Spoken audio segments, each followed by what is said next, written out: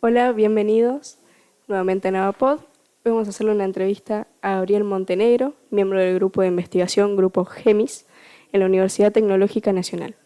Es ayudante de cátedra en sistemas y procesos de negocio, sistemas operativos y paradigmas de programación en la Facultad Regional Buenos Aires de la UTN.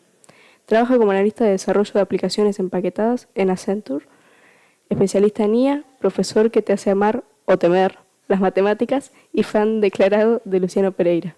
Hoy viene a contar cómo se conecta la investigación, la industria y el aula, sin humo y con ejemplos reales. Bienvenido, Gaby. Muchas gracias. No me podría haber descrito mejor, pero... Bueno, no sé si quieres hablar un poco de vos o preferís que empecemos con las preguntas. Bueno, creo que es un buen resumen. Soy estudiante de ingeniería. Yo mayormente más que, bueno, soy desarrollador de software, me defino más como docente porque me gusta mucho más dar clases. Si bien la mayoría de mi tiempo está empleado en el desarrollo de software, me defino más como docente. Pero bueno, sí, una buena presentación. Estoy para sus preguntas. Bueno, la primera pregunta que te tenemos es, ¿recordás cuál fue el primer momento o proyecto en el que dijiste esto de la inteligencia artificial es lo mío? Bueno, yo trabajo con una docente, que es con la misma que trabaja su profesor, que es Fran, que se llama María Florencia Pollo. Eh, y bueno, yo cuando terminé la materia, que era Sistemas y Procesos de Negocio como alumno, había hecho un trabajo de investigación, porque teníamos que presentar un paper en la materia, que era sobre el uso de inteligencia artificial para los recursos humanos en las organizaciones. Y ahí empecé como a investigar como lo que eran los sesgos de la inteligencia artificial, cómo por ahí seleccionaba más currículos de hombres en lugar de mujeres, porque había sesgos en los algoritmos, porque los datos de entrenamiento tenían que ver con currículums solamente de hombres y demás. Y ahí me empecé a interesar, empecé a ver que no era como algo tan complicado ni era algo tan lejano, sino que era algo bastante natural y bastante cercano y que tenía sus fallas como todo. Y ahí me empecé a interesar y ahí me hice investigador en la facultad, me hice becario en investigación. Y al siguiente año terminamos yendo a un congreso con Fran en Entre Ríos y terminamos presentando varios artículos y ahí me empecé a interesar la inteligencia artificial y me fui asistente de esta profesora para las charlas que ella da para el exterior y demás. Empecé como a armarla y meterme en tema y bueno, por eso cuando empecé a trabajar en el banco empecé a tratar de meter cosas de inteligencia artificial y demás. Hace poco, un par de semanas, me uní al squad de inteligencia artificial de Accenture, de la consultora, porque me interesa, me gustó, pero todo surgió ahí como un trabajo de investigación obligatorio que había que hacer, que elegí a ser orientado a recursos humanos, porque vengo en bachiller de sociales y me interesó siempre la parte social. Que todo surge un poco de ahí, como todo un efecto dominó. Buenísimo. La segunda pregunta que tenemos es, en tu paso por la UTN, ¿hubo algún profe o experiencia que te marca para elegir el camino de la IA que va relacionado con la Sí, pregunta anterior? pensé que iba a ir por el lado negativo de la pregunta, me No, asusté, no, dije, ¿algún profesor malo? no, no, no vamos a quemar a nadie. No, Flor Pollo es mi gran referente en la carrera en general. Ella es doctora en inteligencia artificial, tiene posgrados en sistemas expertos y demás. Es el gran referente, para mí es como una segunda madre, es una madre académica. Y nada, siempre uno trata de seguir sus pasos. Ella por ahí es muy orientada a la docencia y yo hago desarrollo. Pero nada, ella me ha marcado un montón y ha sido mi ejemplo a seguir siempre. Y lo es. Genial. La tercera pregunta es, mucha gente asocia la inteligencia artificial solo con robots o ChatGPT. ¿Cómo la definirás vos en pocas palabras, desde tus conocimientos? Bueno, como les hablaba hoy en la charla, hay como dos ejes centrales para definirlo. Si uno es desarrollador de software y si uno es educador, ¿no? Porque del lado del desarrollo de software son como algoritmos que intentan imitar la conducta humana, ¿no? Que intentan imitar la inteligencia, las maneras de razonar de un ser humano, la manera de comunicarse. Y desde el lado de lo más académico, pues es el estudio de la propia inteligencia. Tiene que ver con estudiar cómo es que los seres humanos aprenden, cómo es que funciona el cerebro humano, cómo es que uno pudiera imitar esos mecanismos que hace el ser humano. Entonces, desde dos lados, perspectivas diferentes, es un poco lo mismo, pero principalmente tenemos esos dos enfoques. Yo pues estoy más orientado al del software. Muy bien. La cuarta pregunta que tenemos es, ¿qué concepto o herramienta que usás en IA te voló a la cabeza cuando la aprendiste por primera vez? Wow. Por primera vez lo que me volvió a la cabeza fue cuando hablé con ChatGPT, porque lo venía escuchando mucho y la gente hablaba y hablaba y hablaba y yo no lo había probado. Y la primera vez que hablé y me contestó dije, wow. Porque era entre el contraste entre hablar con el boti de la ciudad, que tenés las respuestas predefinidas, y uno, si tenés problema de tránsito, dos, si querés un turno médico, tres, y de repente decirle, hola, ¿cómo estás? De que te responda y te diga y te conteste cualquier cosa que vos le respondas, pues tiene eso, ¿no? te contesta cualquier cosa. Lo sepa o no lo sepa, eso es un poco argentineado del ChatGPT, todo lo que haya te lo contesta, cualquier cosa que vos le preguntes, y eso me volvió la cabeza. Después ya más centrado en software, me volvió la cabeza, bueno, un trabajo que hicimos con Frank, que habíamos hecho en su momento, utilizado para que el que medía las manos, ¿viste? El sistema, sí, que reconocía gestos, me volvió a la cabeza que puede ver si una mano está cerrada, abierta, solo mirando como la imagen en vivo. Y bueno, hoy los agentes, hoy en día como que están primordiales los agentes, el agente de Copilot, por ejemplo, que uno le pasa directamente la carpeta al repositorio y te mira dónde están los componentes, dónde están las aplicaciones. Eso es increíble, recomiendo si desarrollan software probar los agentes. Hoy en día eso. Genial. La quinta pregunta es, ¿qué opinas del uso de la IA en la educación? ¿Te entusiasma o te da un poco de miedo como docente? Buena pregunta. ¿Inteligencia artificial en la educación? Bueno, tiene como dos patas, porque yo creo que está bueno automatizar algunas cosas y me parece que el generar material para que haya más está bueno. Porque, por ejemplo, bueno, Fran es muy conocido porque hace canciones con los temas. Por ejemplo, explica metodología en la carrera, hace canciones, todo. Está bueno eso para reglas memotécnicas, para aprender, para tener más herramientas. Uno puede generar a veces presentaciones, a veces resúmenes, a veces puede hacer videos, imágenes. Y está bueno porque suma, pero creo que tiene su peligro porque si uno se pone con todas las tareas, y como hoy decía bueno, haceme esto, entonces empieza a evitar un montón de procesos mentales que uno lo enriquecen un montón. Si uno le dan un trabajo práctico, lo agarra así como está y se lo pasa a Gemini y le dice resolvelo, tal vez haga algo bastante competente, muchas veces no, pero evita un montón de procesos mentales que a uno lo enriquecen un montón y que hacen que uno pueda aprender y que uno pueda tener otros razonamientos en su vida cotidiana a raíz de haber aprendido y de haber pasado por esos procesos de intentarlo. Entonces, creo que está bien como apoyo, pero creo que hoy en día las escuelas en general y las facultades están como muy, no lo uses, en lugar de, sí úsalo, pero estas son las maneras en lo que lo deberías usar. Deberías usarlo así, cuando te trabaste con esta duda, para conocer algo de creativo, pero no hacelo. Eso es lo complejo en la educación. Bueno, y ni hablar del lado docente de, bueno, tomen este resumen y lean, y lo hizo una guía,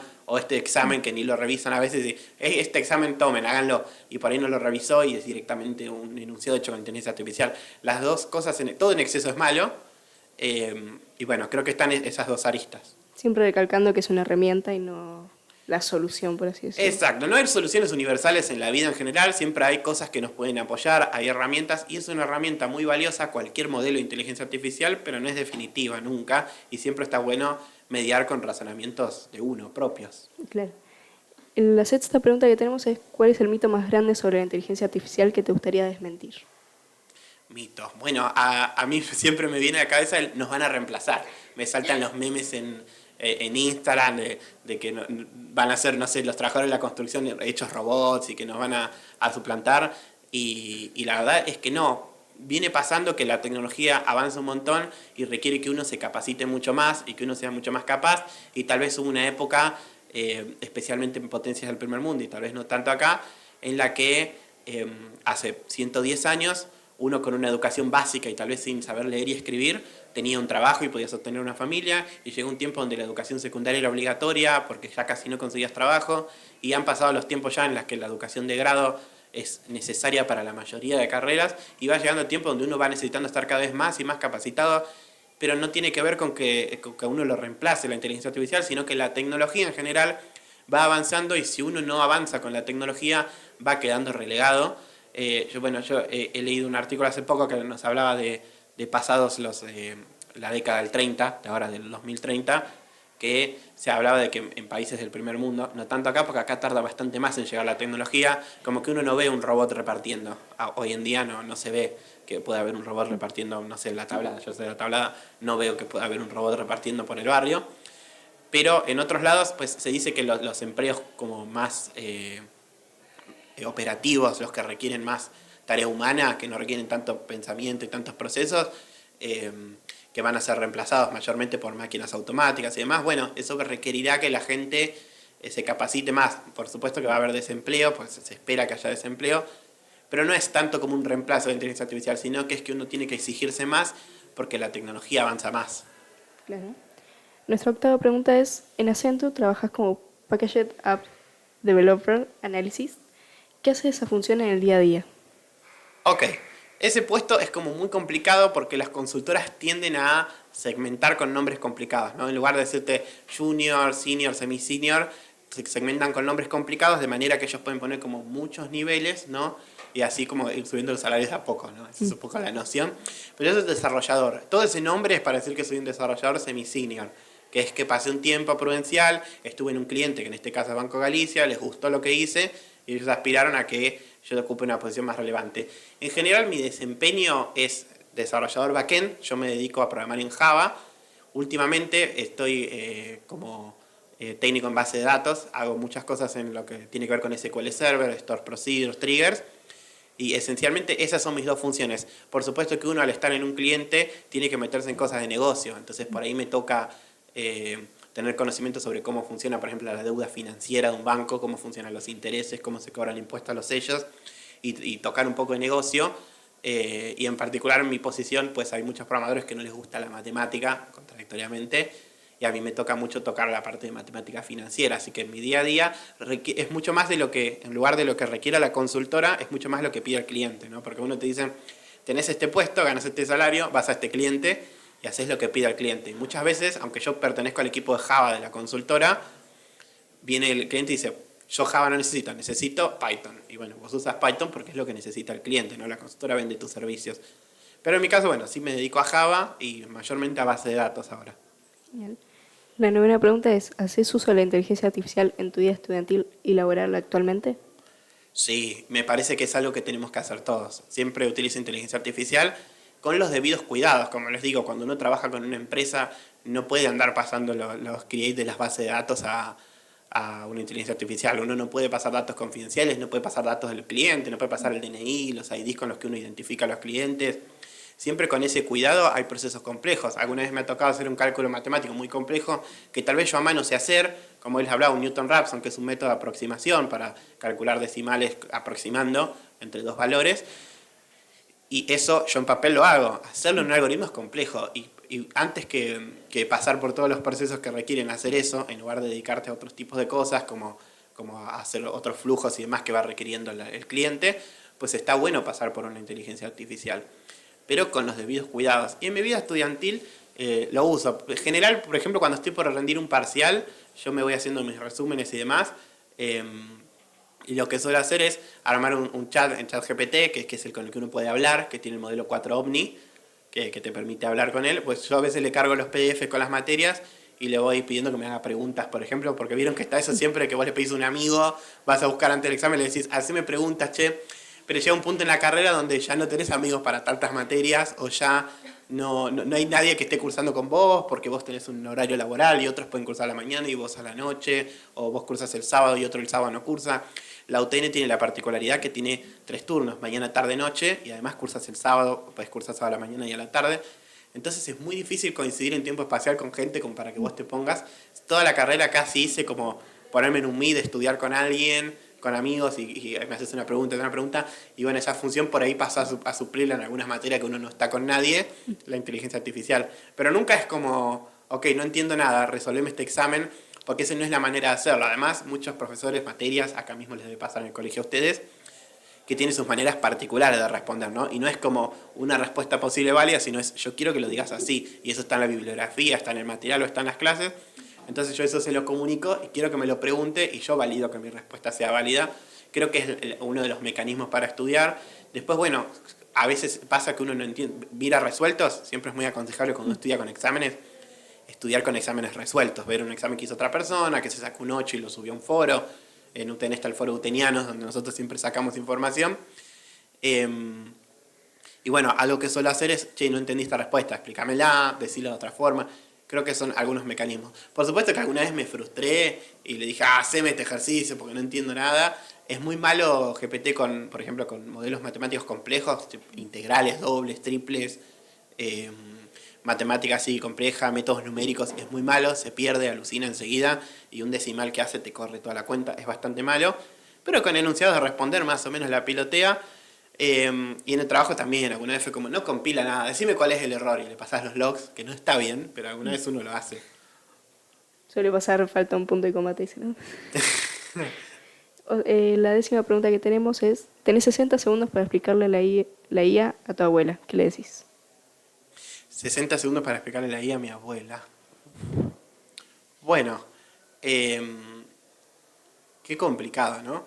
Yo le diría que hay como, que es como un aparato electrónico, así como la tele, que la tele tiene la finalidad de mostrarte imágenes, pero es un aparato en el que vos le podés introducir algo, va a pensar, va a hacer una respuesta como una calculadora, como la calculadora cuando yo le introduzco números y me va a responder algo, y va a dar una respuesta. Y dependería qué modelo le estoy tratando de explicar, porque la inteligencia artificial es algo bastante más complejo.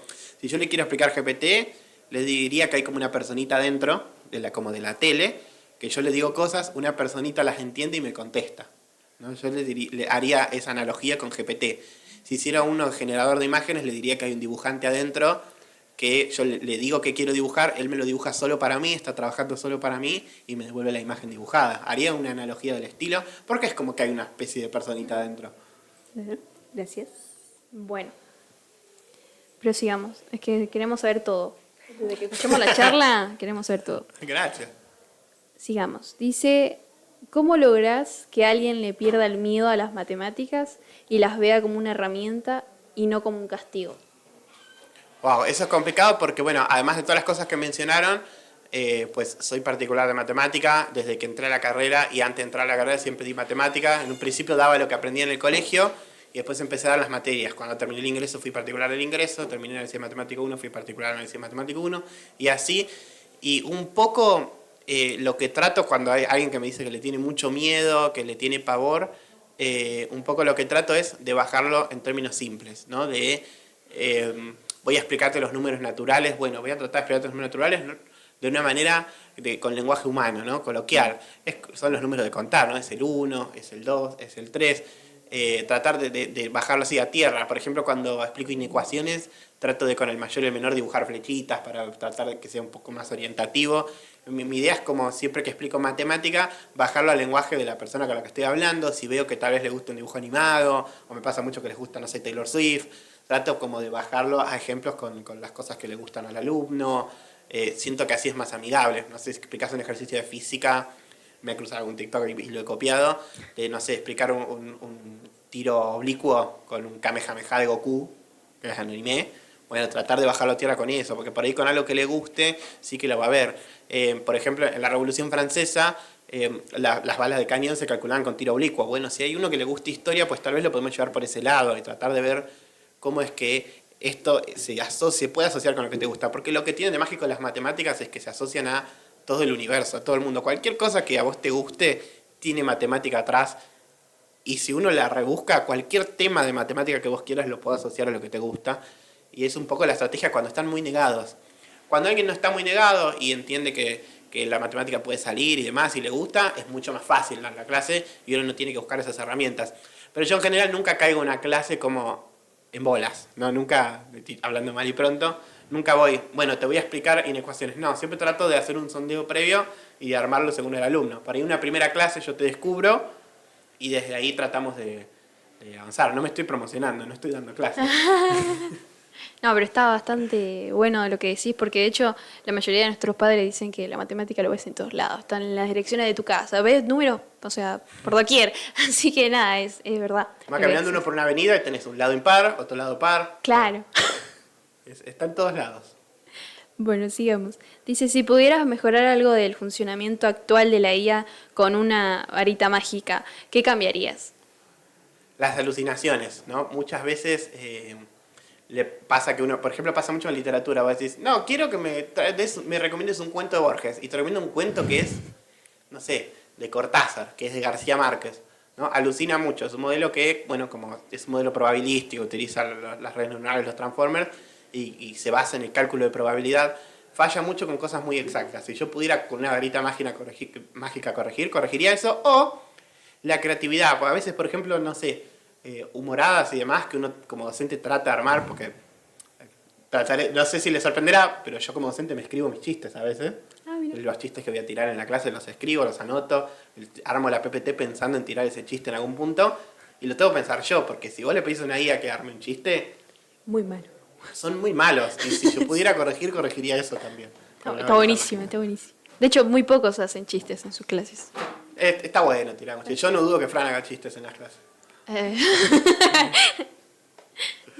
Dice la otra, ¿qué herramienta o tecnología te hubiera encantado tener cuando eras estudiante? Me hubiera encantado tener cuando era estudiante. Y la verdad que el generador de imágenes de Gemini es muy bueno. No te digo ChatGPT porque sería como obvio hablarte de ChatGPT o de Gemini porque, bueno, sí, que me resuelva las cosas. Creo que los procesos mentales que pasé estuvieron mejor que tener la IA, pero generar imágenes, qué locura. Hubiera sido muy bueno cuando armaba una exposición o algo, que te arme lo que vos quieras, que te arme a Cristóbal Colón en Maya. Es maravilloso. O sea, la cantidad de cosas que te puede disparar que algo te genere imágenes es maravilloso. A mí me hubiera gustado tenerlo. Es verdad, es verdad. ¿Qué diferencia notás entre enseñar a programar y enseñar a pensar en sistemas? Wow. Buena pregunta esa. ¿Sabes qué ven ustedes? Sí. Wow.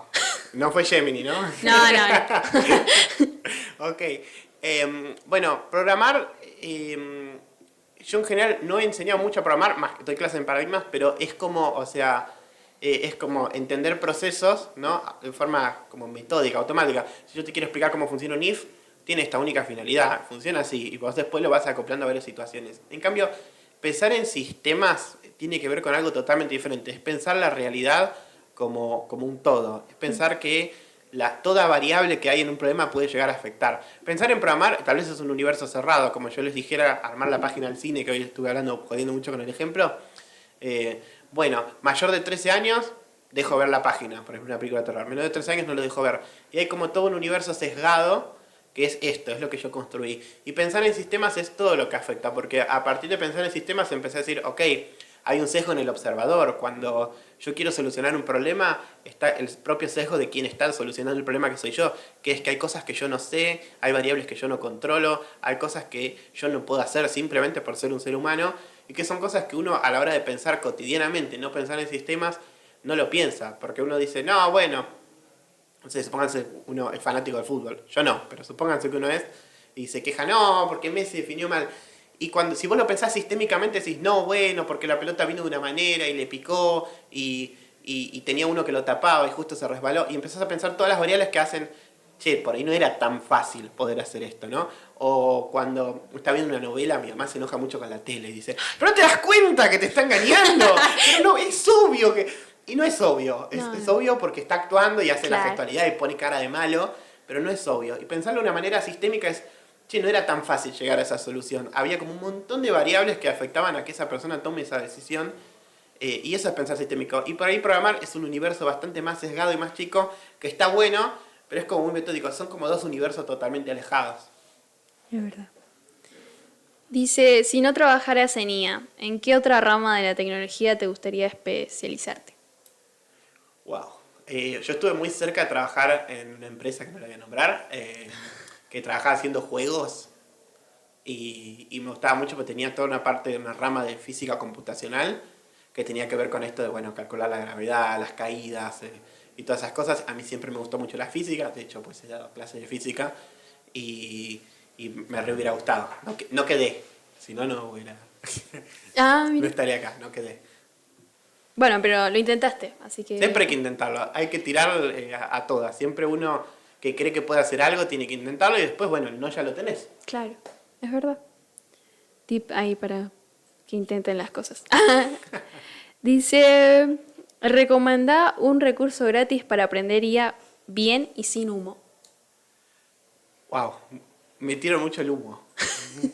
Pero no es tan malo el humo, ¿eh? Es una buena reflexión. Porque detrás de que, no sé, hay como mucha gente que uno dice te venden humo, ¿no? Porque te vende como el mayor curso y todo.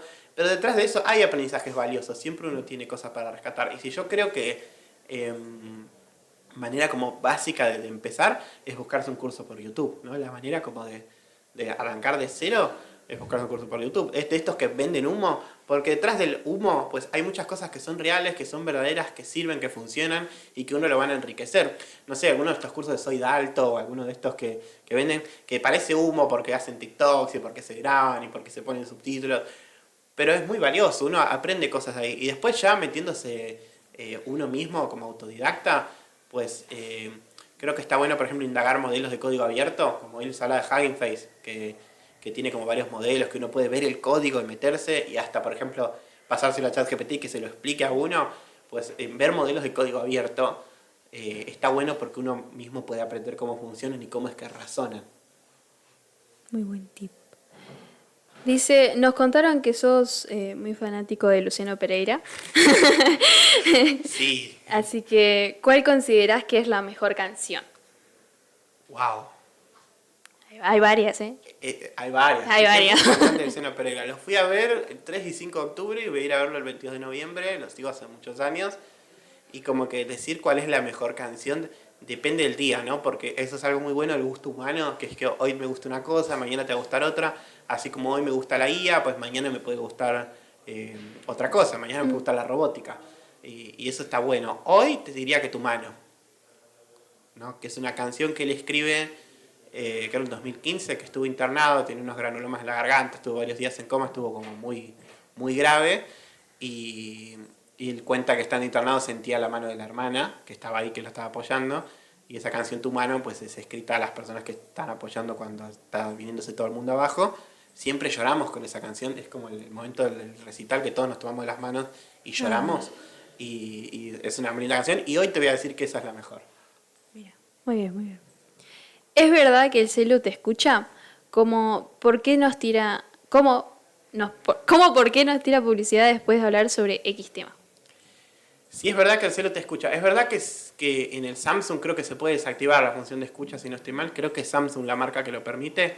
Sí, el celu te escucha. Cuando vos le das permisos, hay más limitados. Por ejemplo, en iPhone pues está más limitado. Uno puede usar Instagram mucho tiempo sin darle permiso al micrófono o dárselo solo para este uso. Pero cuando uno a muchas aplicaciones le da uso del micrófono, utilizan la información que uno está hablando. Por ejemplo, yo ahora les estoy hablando de inteligencia artificial, tengo el teléfono acá cerca y estoy hablando de inteligencia artificial, y yo voy a estar scrolleando más tarde en Instagram y van a aparecer publicidades de cursos de inteligencia artificial, me van a aparecer videos de Dalton en YouTube y cosas porque me está escuchando el teléfono. Eso en algunas marcas se puede desactivar, en otras no. Tiene que ver ahí con qué tan loco se ponga uno, como esos que se ponen el sombrero de papel maché. Qué tan loco se ponga uno y qué aplicaciones quiere usar o no. Hay gente que dice, no uso Instagram porque Instagram me escucha y no la uso. Y bueno, estará bueno en cada uno si quiere correr esos riesgos o no. Siempre, como les dije hoy, que uno no pague por una aplicación, está pagando con sus datos. Ahora después, bueno, tal vez yo sí quiero pagar con mis datos. Tal vez no me importa que me vendan cosas, tal vez sí, tal vez no me importa que me usen para inteligencia de negocio. Depende de cada uno, ya es algo muy personal. Yo uso redes sociales, todo. Si no, lo podría etiquetar a Luciano Pereira, por ejemplo. No tuviera Instagram. Dice, da sistemas operativos, paradigmas y sistemas de procesos de negocios. ¿Qué concepto principal de cada materia te rompió la cabeza cuando eras estudiante? Wow. Sistema de procesos de negocio me acuerdo muy bien porque bueno, fue la primera que fui ayudante, mi preferida. Perdón por las otras, pero mi preferida. Es la que llevo más tiempo dando clases, hace 4 años. El concepto es la teoría general de sistemas. Es un concepto de von Bertalanffy de la década del siglo XX, que nos habla como todo esto de, antes estaba la teoría mecanicista, que definía todas las cosas como la suma de sus partes, ¿no? Como que si nosotros estamos acá en esta especie de estudio, y todo de este estudio está conformado porque hay 4 personas y cada uno es una parte que aporta lo mismo. Eso es como un poco la teoría mecanicista.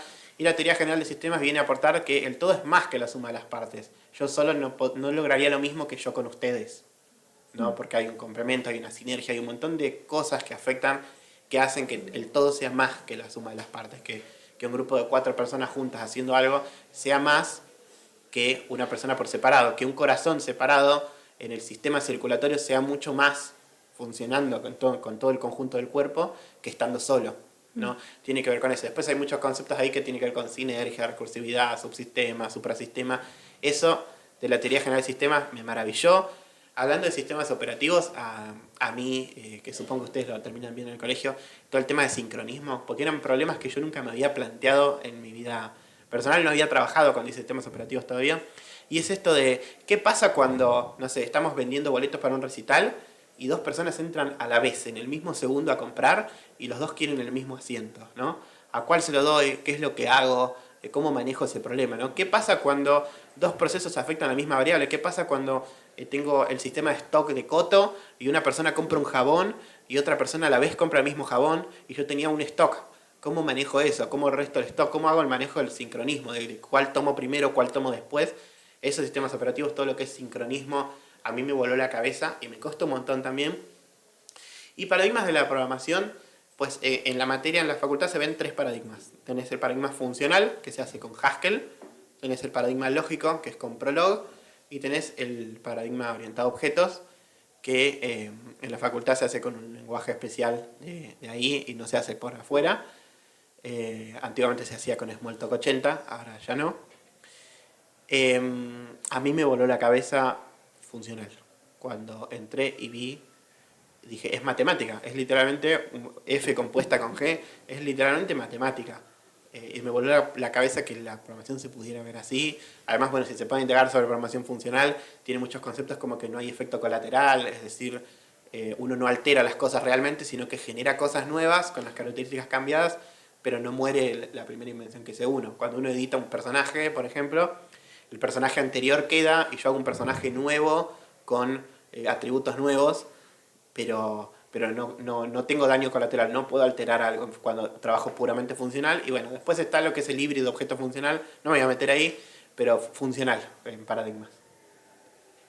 Y la última pregunta, ¿qué error te mandaste como dev que hoy contás para que nadie lo repita? Modo story time. Casi cuando recién arranqué a trabajar en el banco, no porque no supiera, sino porque me equivoqué, y por despistado y por pecar de nuevo. Algo muy importante cuando uno trabaja, no sé si habrán trabajado con GitHub, ¿conocen? ¿No? Que es como un sistema de versionado, ¿no? Que uno va subiendo versiones del código de lo que sea y te va guardando como historial. Y me pasó una vez que subí las variables de la base de datos, ¿no? La contraseña, el puerto y todo, lo subí al repositorio. Y después cuando desplegué hice pedazos el pod, ¿no? Que es donde se guarda todo. Y esto es lo que marcó bastante porque dije, trabajo en un banco, es como re importante la seguridad de todo. Y fui y puse, por no poner git ignore, ¿no? Es muy importante el git ignore, mandé la contraseña a la base de datos, todo al repositorio. Es como un error re común que repasa y me ha pasado alguna que otra vez más. Pero ese marcó, porque me sentí muy tonto. Bueno, eso es todo. Muchas gracias, Bueno, Gaby, gracias a ustedes. por tu tiempo y por responder las preguntas. Espero que se dediquen a sistemas. Obvio, obvio. Bueno, gracias.